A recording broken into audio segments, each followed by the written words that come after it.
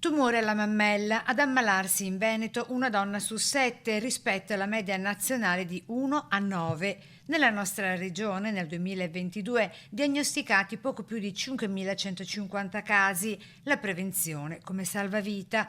Nel nostro territorio spicca il dato dell'89% di casi di sopravvivenza grazie alla diagnosi precoce. Tra i fattori di rischio quelli genetici nel 5-6% dei casi, come dal report di Data Veneto 2022-2024. Per farvi un esempio, un registro tumori ha messo in evidenza come in Sicilia, dove si ha poco accesso alla mammografia, a parità di cura e di qualità delle cure hanno il doppio della mortalità.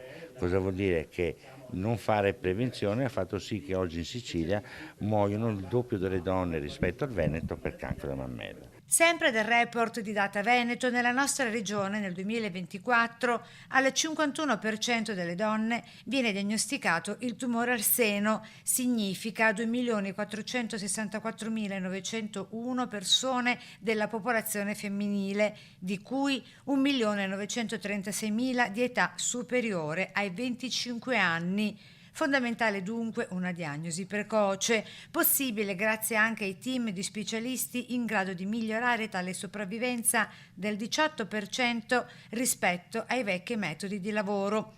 Breast Team presente anche in Laguna, presso un centro privato medico e convenzionato col pubblico di Mestre. Stiamo parlando di un gruppo di specialisti altamente qualificati nel trattamento diagnostico terapeutico del tumore alla mammella. È la stessa regione a spiegare di come la sanità, per abbattere le liste d'attesa, viaggi lungo il duplice asse pubblico-privato. Così Fabrizio Boron, consigliere regionale, nonché componente della Commissione Sanità del Veneto. Sappiamo qual è il problema delle liste d'attesa, un problema che si è cresciuto dopo il Covid e che le linee guida nazionali hanno dato spinta a questa integrazione e anche a questo rafforzamento fra pubblico e privato per abbatterle.